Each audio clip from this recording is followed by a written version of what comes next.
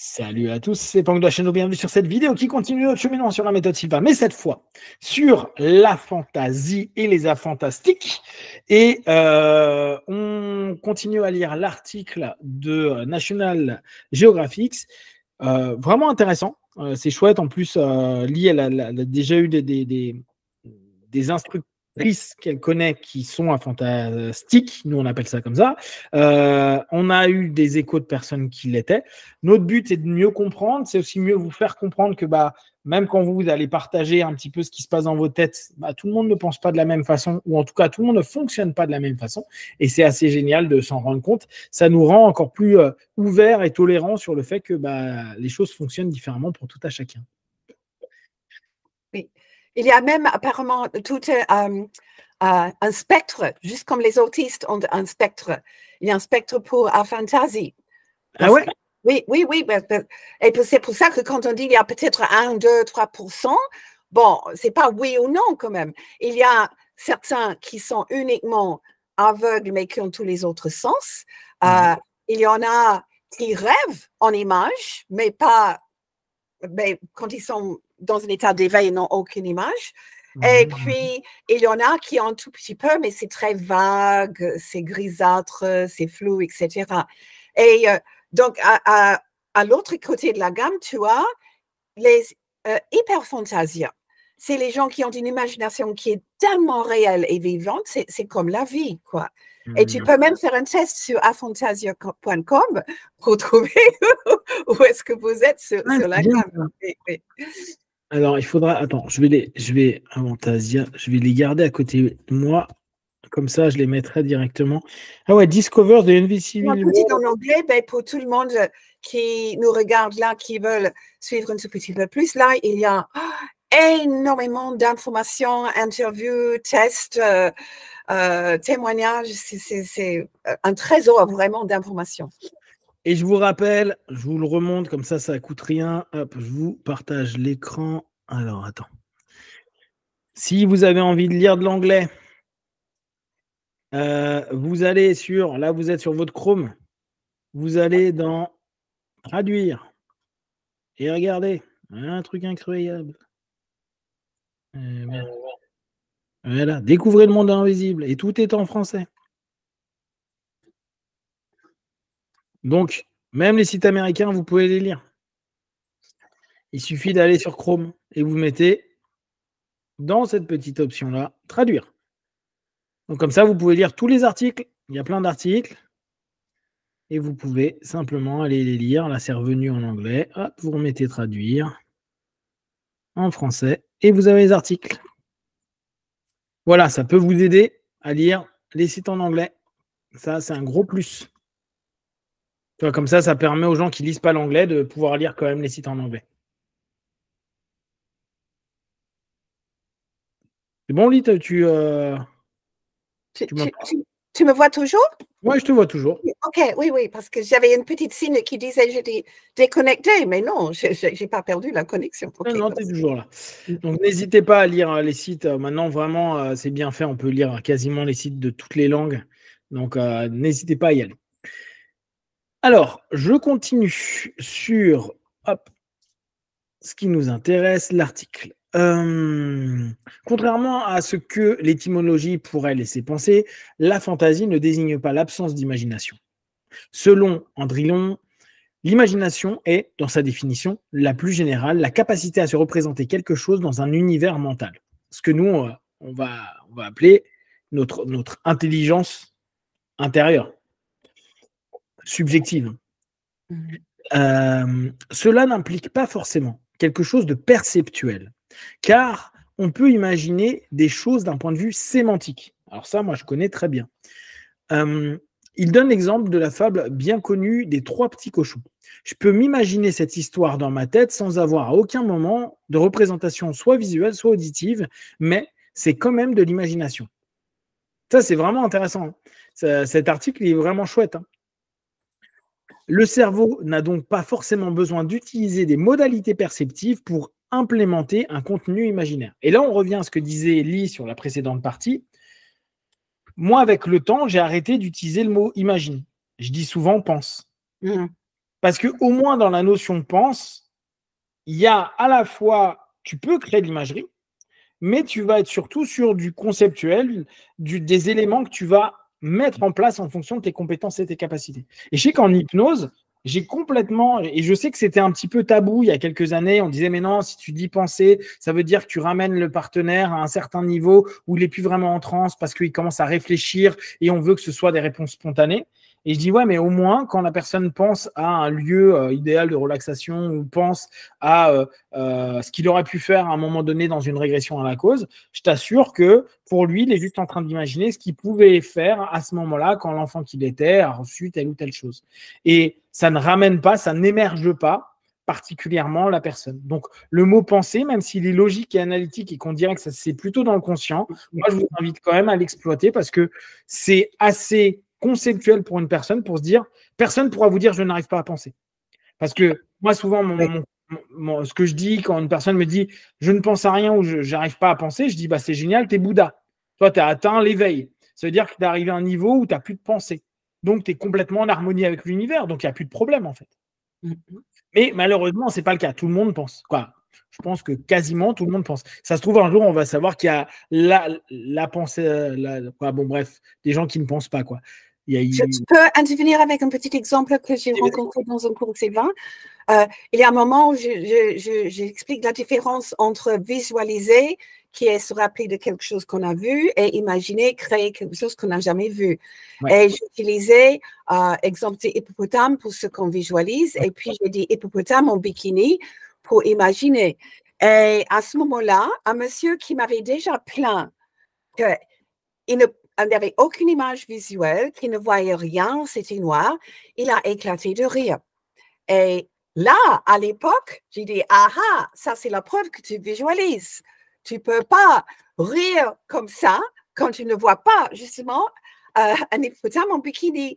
Et il a insisté, non, Lee, je te jure, je ne vois rien, mais j'ai une pensée si claire de ce gros hippopotame coincé dans un tout petit bikini que ça m'a fait rire. Et à l'époque, je dis, c'est qu'il ne distingue pas entre image subjective, mais en fait, je me rends compte en fait qu'il était vraiment dans la fantaisie, mais il avait un concept ou une pensée d'un hippopotame qui a pu le faire rire. Ouais. Et c'est pour ça que ça a été tellement difficile à distinguer depuis si longtemps, hein, parce que comment est-ce qu'on sait ce qui se passe dans la tête? Exactement. Oui. Mais c'est là où c'est intéressant de capter la différence entre perceptuel et conceptuel. Oui, tu peux conceptualiser quelque chose sans le percevoir. Et heureusement d'ailleurs, parce qu'on ne serait pas aussi bon en sciences si on n'était que perceptuel. Parce qu'il y a des gens qui ont conceptualisé les atomes avant même qu'on sache qu'il y a des atomes. Ils ont conceptualisé, ils n'ont rien vu du tout en fait. Tu vois, et heureusement qu'on a cette capacité. Donc, la notion perceptuelle-conceptuelle, je pense qu'il faut vraiment… Toi, ça peut être un truc à réfléchir, même sur la manière d'approcher les choses dans la méthode ou en auto-hypnose et dire, OK, est-ce que tu es quelqu'un qui est plutôt conceptuel ou perceptuel? Est-ce que tu as besoin que ce soit tes sens ou est-ce que ce soit la sémantique ou les logiques? Tu vois, et ça amène des cheminements qui peuvent être différents et qui, en fonction, notre sémantique, on peut l'adapter, la modifier pour que ce soit plus pertinent pour tout le monde.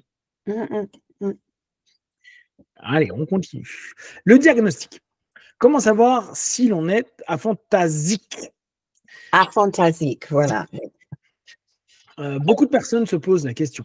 Pour y répondre, Francis Galton, donc celui qui l'a créé, avait imaginé dans les années 1880 le questionnaire du petit déjeuner, qui consistait à faire visualiser au patient son petit déjeuner pour appréhender son degré de précision dans son imagerie mentale.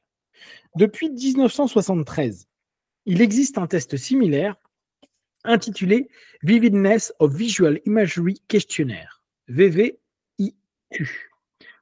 En 16 questions, développées par… Alors attends, on va essayer de voir si on l'a quand même. Génial. Génial. Attends, je le fais directement en traduction française. Français. Donc, il y aurait… Les questions sont les contours exacts du visage, de la tête, des épaules et du corps. Est-ce que pensez à un parent ou un ami que vous voyez fréquemment et considérez attentivement l'image qui se présente à votre esprit.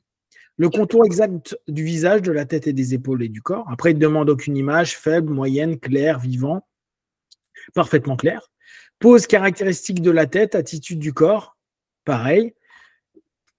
La longueur des pas en marchant, etc. Les différentes couleurs portées dans certains vêtements familiers. Maintenant, visualisez un soleil levant.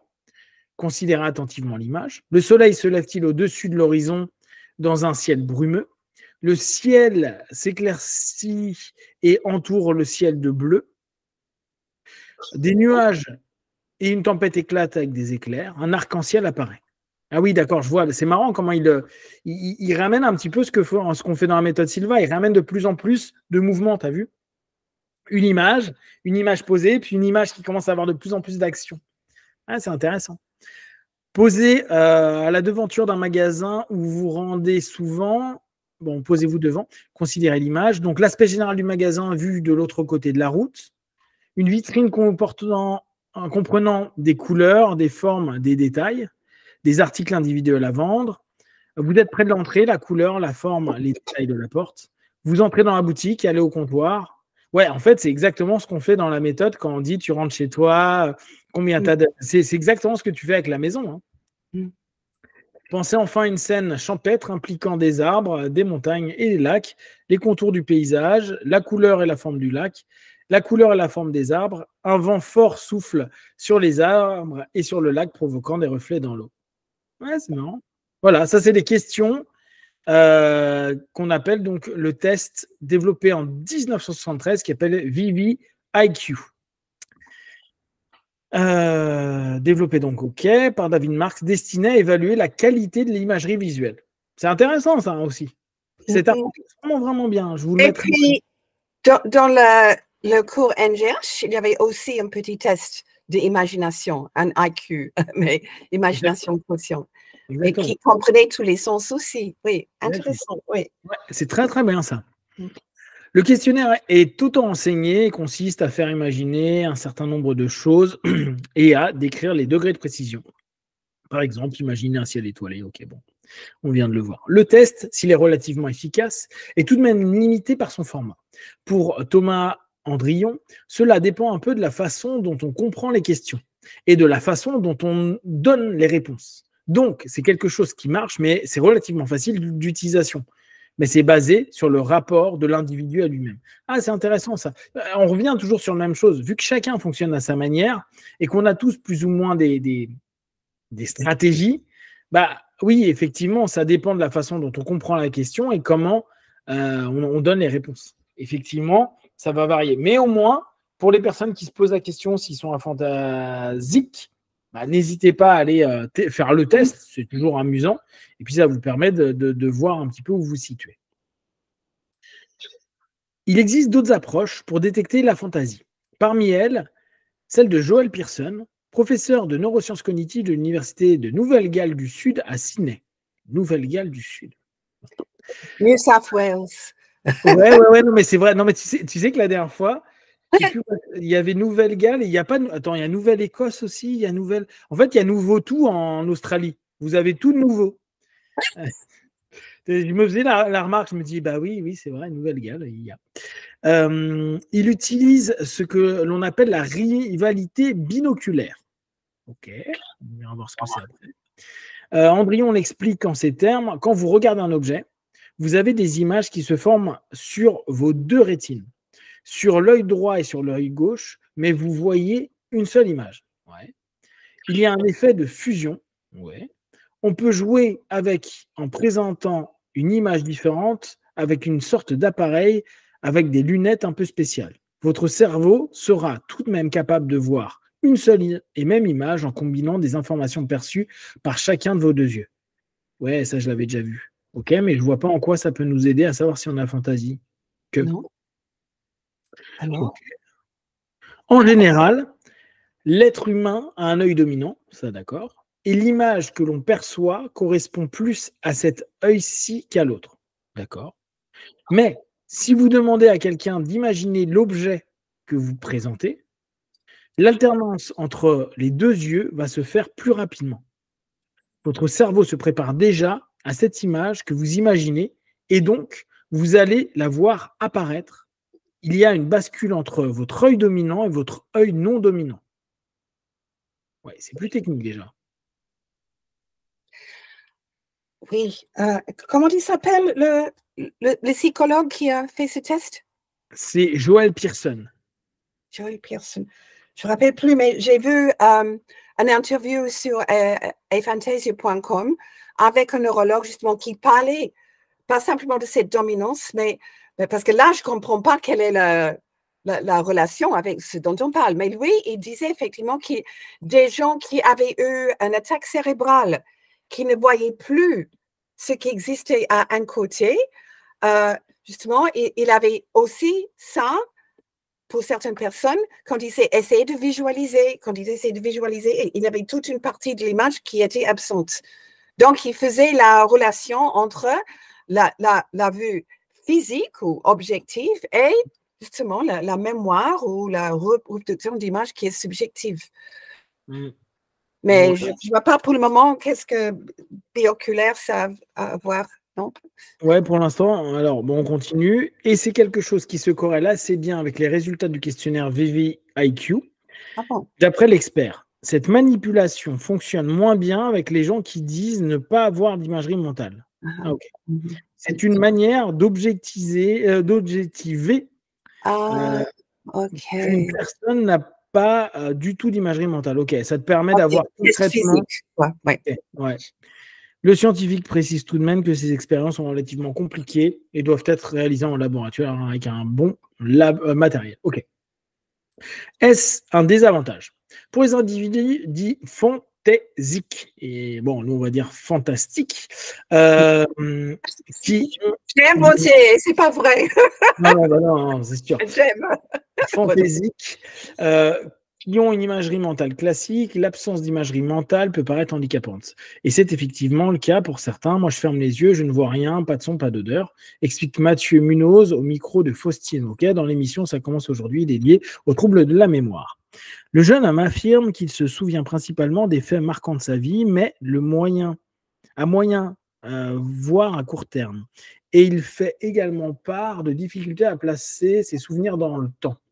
Tout ce qui est enfance-adolescence aujourd'hui, c'est quasi inexistant, exprime-t-il, qualifiant lui-même son aphantasie de trouble. C'est assez intéressant, tu sais, qu'en lisant ça, je suis en train de me dire, et ça, tu as dû l'avoir, et je pense que beaucoup de personnes qui nous écoutent aussi, s'ils sont praticiens, avoir des personnes qui nous disent « Ouais, mais moi, avant 10 ans, j'ai pas de souvenirs. » Et souvent, on dit « Ouais, tu as peut-être eu un trauma, quoi. Tu vois, il peut se passer que ton cerveau a décidé de zapper. » Mais allez, on rajoute l'hypothèse de « Mais ça se trouve, la personne est aphantasique. » Et ça se trouve, il a pas les mémoires à long terme, bah, ils les ont pas. Parce que ça, c'est un des trucs que j'ai lu sur d'autres articles.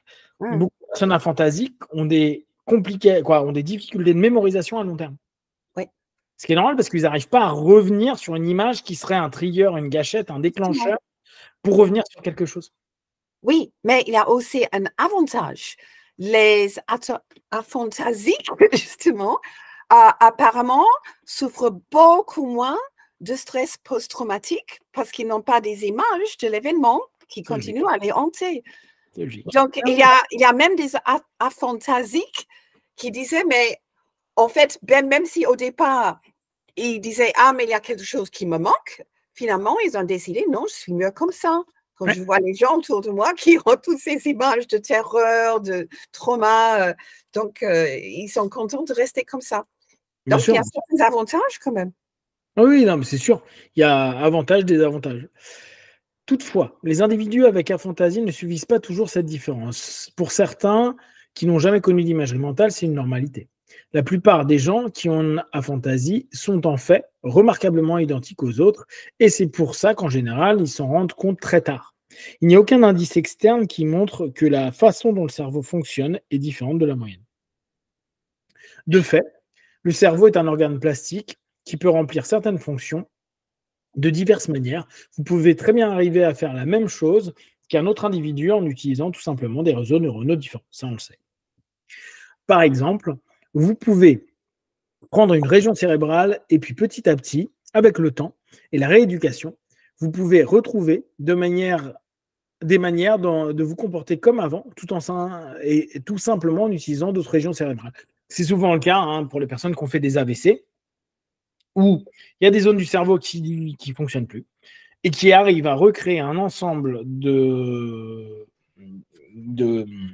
réseaux neuronaux et même de groupes neuronaux qui vont lui faire refonctionner, en tout cas retrouver des aptitudes qu'à la base, il avait perdues dans le cerveau. Et ça, c'est quand même assez bluffant.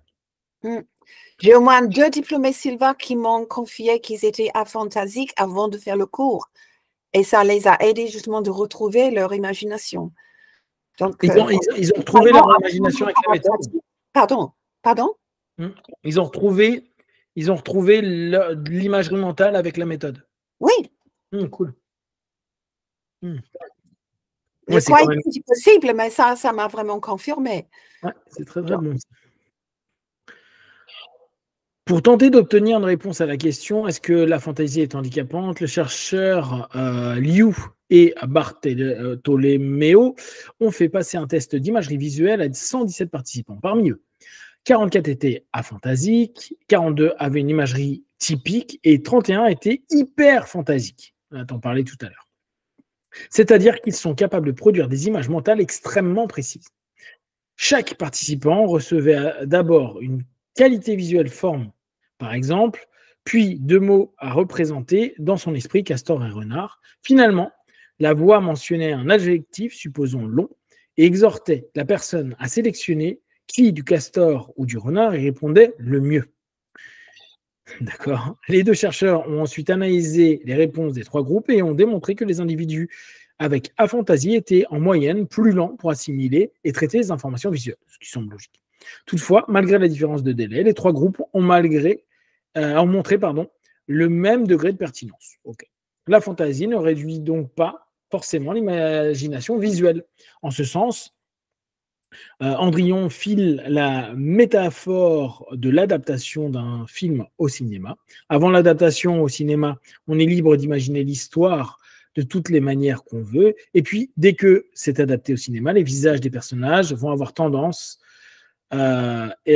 si on a une imagerie visuelle, à correspondre à ce dont on se remémore du film. Et donc, on perd une certaine imagination. Ouais, ce qui est logique. Quelqu'un qui n'aurait pas cette imagerie visuelle, au contraire, aurait peut-être plus de liberté avec son imagination visuelle. Ouais. C'est pour cette raison qu'il ne présente pas l'aphasie comme un déficit dans ses travaux. On n'a pas de preuve empirique que c'est forcément quelque chose de moins bien, c'est différent, conclut-il. Ouais, il est chouette comme article. Il y a pas mal d'éléments vraiment, vraiment bons. Je vais le chercher. Ouais, alors binoculaire, ouais, bon, faut regarder. Perception binoculaire, instable et oscillante, résultant de la stimulation simultanée des 2 yeux par les objets suffisamment différents en forme et en taille. Ok, bon, c'est ce qu'il disait tout à l'heure. Okay. Donc, je le mettrai de toute façon en lien avec le podcast. Donc, ce qui est assez intéressant, là, dans ce que Lee a dit juste avant la fin de l'article, c'est qu'il est donc possible alors, il faudrait savoir c'était quoi comme type d'aphantasie et à quel niveau d'aphantasie ils étaient, mais il est possible, en travaillant petit à petit, j'avais lu des articles qui disaient que, un petit peu comme en TCC, il y avait des reconditionnements en faisant imaginer des toutes petites choses, petit à petit, et de plus en plus, jour après jour. Dire juste, bon, bah, tu te focalises sur un petit point. Et juste, tu regardes un petit point, tu fermes tes yeux, et puis tu tentes de le recréer dans ta tête. Et ainsi de suite. Et refaire, en fait, une espèce de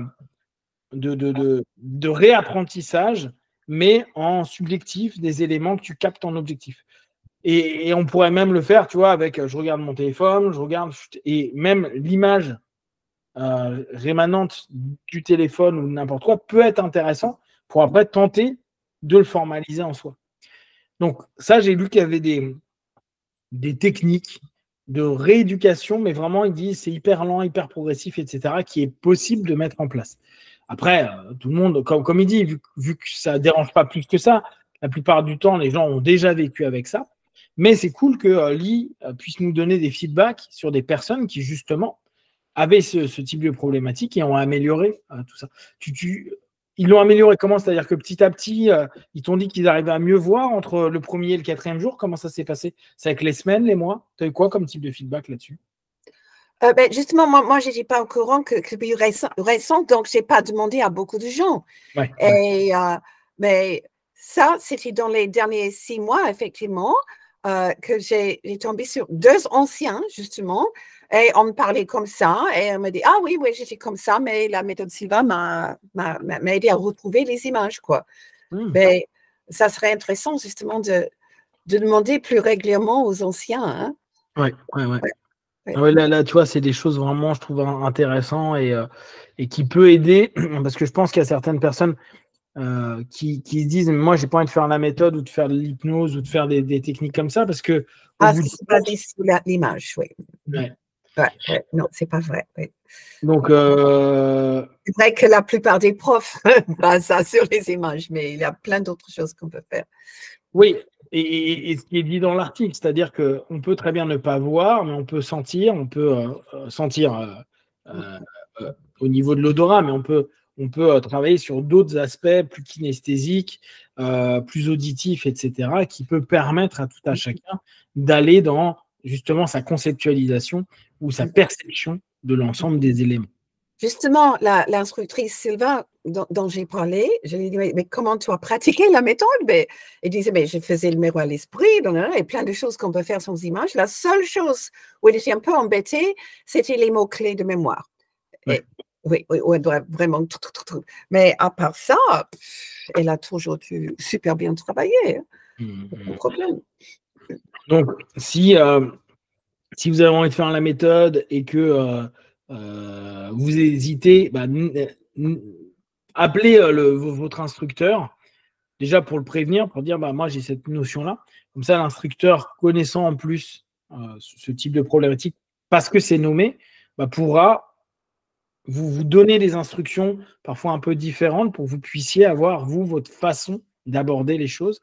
Même si les textes à la base restent toujours les mêmes, on peut facilement donner des petites astuces avec d'autres sens ou justement vous faire complètement conceptualiser les choses pour que vous puissiez appréhender ce qui a été proposé en termes de perception, en termes de concept plutôt. Et comme ça, vous permettre d'acquérir quand même le modèle.